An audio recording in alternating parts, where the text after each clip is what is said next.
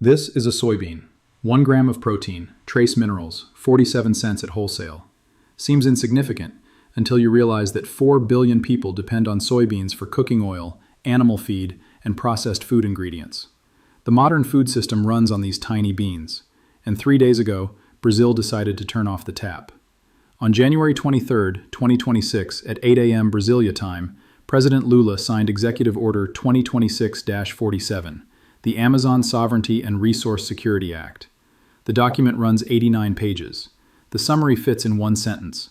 Brazil is imposing export controls on soybeans, corn, beef, and critical minerals, effective immediately. Not tariffs, not quotas, controls. The Brazilian government will now approve or deny every major agricultural export shipment leaving the country. The order cites environmental protection and food sovereignty as justification. The real purpose is leverage.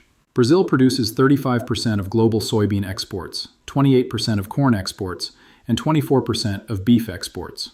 That production is now a weapon, and the targets are everyone who assumed cheap Brazilian commodities would flow forever.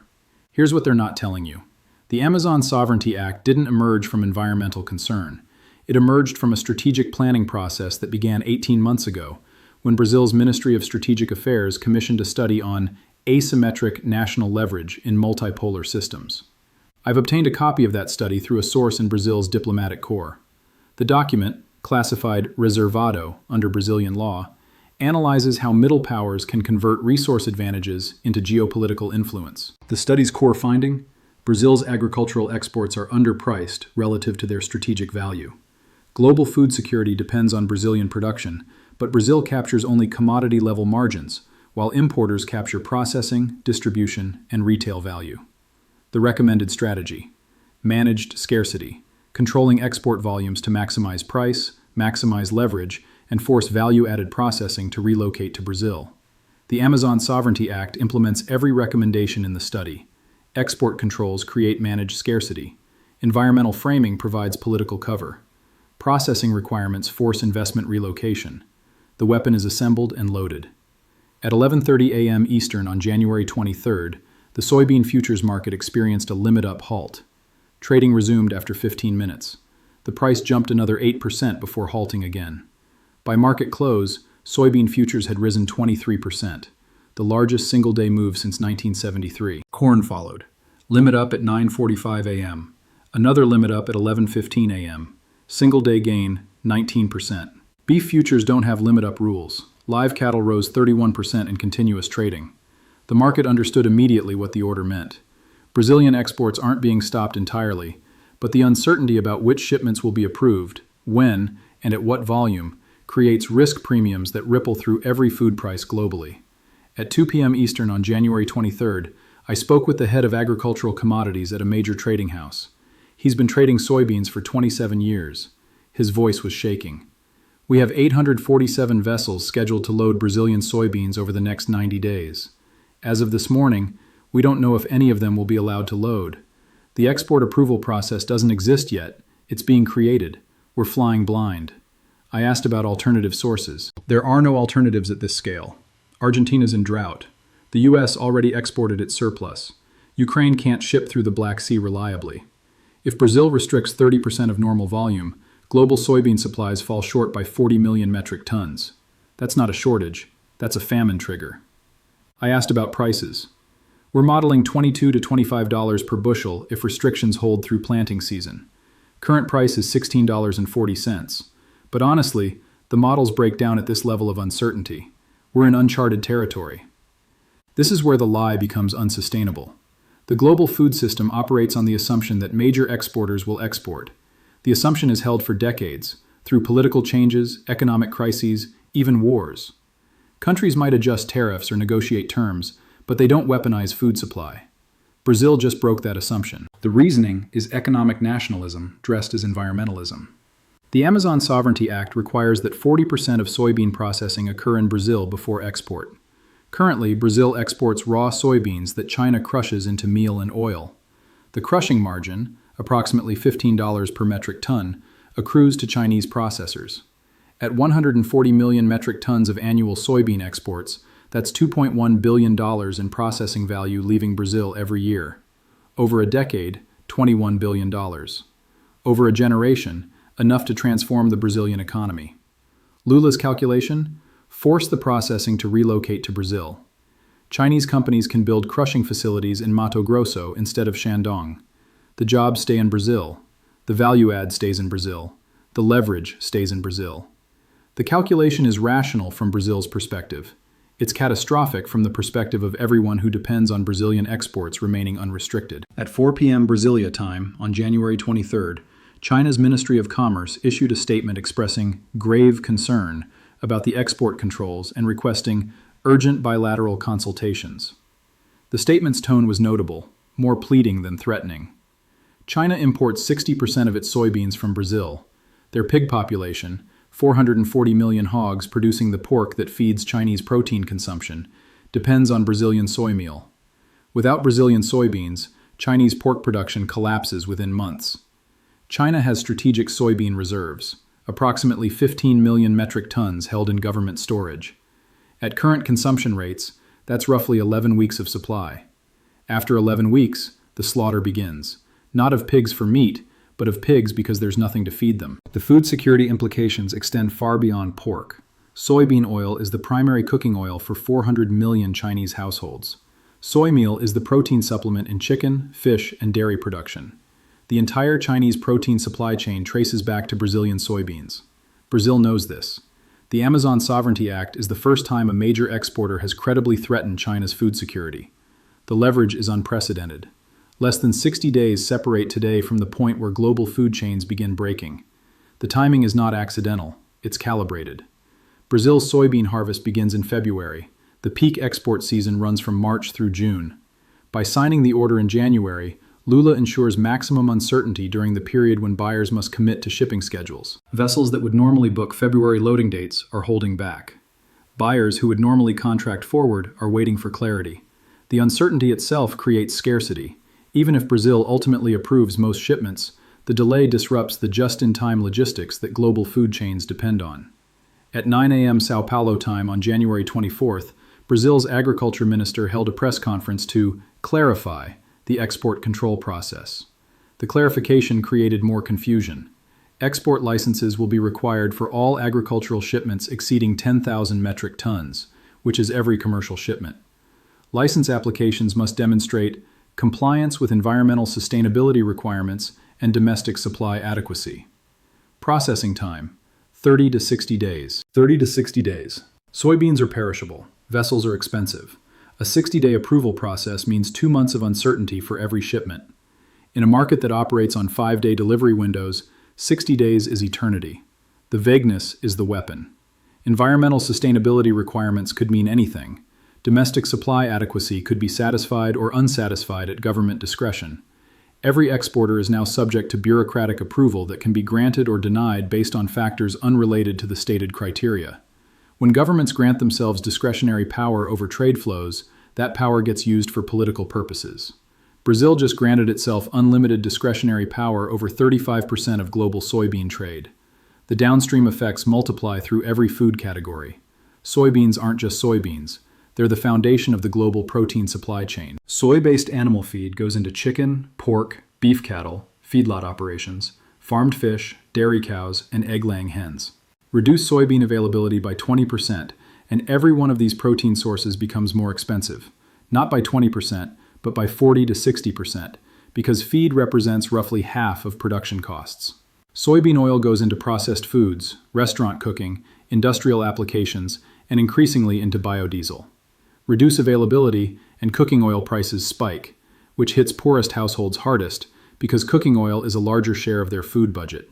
The cascading effect means that Brazilian export controls don't just raise soybean prices. They raise the price of every food that contains soybeans, was fed soybeans, or competes with foods that contain soybeans. At current projections, 30% reduction in Brazilian export volume for 6 months, the World Food Programme estimates an additional 47 million people will face food insecurity globally. Not starvation-level crisis in most cases, but the difference between 2 meals a day and 1 meal a day. The difference between protein once a week and protein once a month. The estimate assumes the controls are temporary. If the controls become permanent policy, which the Amazon Sovereignty Act explicitly allows, the numbers get much worse. While food markets convulse, commodity markets reveal broader strategy. The Amazon Sovereignty Act doesn't just cover agriculture. It covers strategic minerals essential to national development and environmental protection. That phrase encompasses iron ore. Brazil is the world's second-largest producer. The controls don't restrict iron ore directly, but they establish the legal framework to do so. Vale's stock fell 14% on the announcement. Niobium. Brazil produces 88% of global supply. Niobium is essential for high-strength steel used in pipelines, jet engines, and infrastructure. There is no substitute. The controls explicitly include niobium, with export licenses required immediately. Rare earths. Brazil has significant deposits that have been underdeveloped. The Act designates rare earth mining as strategic national activity, requiring government partnership in any extraction project. International mining companies face new requirements to share 40% of output with Brazilian state enterprises. Lithium. Brazil's lithium reserves in Minas Gerais are among the largest in the world. The Act requires that lithium processing occur domestically before export. The same requirement applied to soybeans. Each category follows the same pattern. Require domestic processing, impose export licensing, create discretionary approval authority. Brazil is building a comprehensive resource leverage system that extends far beyond agriculture. The international response reveals the leverage differential.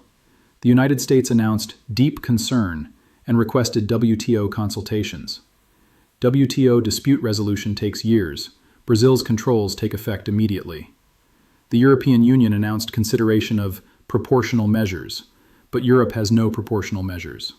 Europe imports Brazilian soybeans because European agriculture can't produce them. Counter tariffs on Brazilian goods hurt European consumers more than Brazilian exporters. China's response was most telling. Within 48 hours of the announcement, Chinese state media began running favorable coverage of Brazil's environmental leadership and sovereign resource management. The coverage signals that China will negotiate, not confront. The negotiation will occur on Brazil's terms. China needs Brazilian soybeans more than Brazil needs Chinese manufactured goods. The leverage is asymmetric, and everyone knows it. What the informed understand is that Brazil's resource lockdown represents a new model for middle power influence. The model will be studied and replicated. Indonesia controls 30% of palm oil exports and 20% of nickel. They're watching Brazil's approach closely. Export controls on palm oil would devastate South Asian cooking oil supply. Export controls on nickel would cripple global battery production. Argentina controls significant lithium and agricultural exports. Chile controls 28% of copper production. Peru controls 11%. Each nation has leverage they've never fully exercised.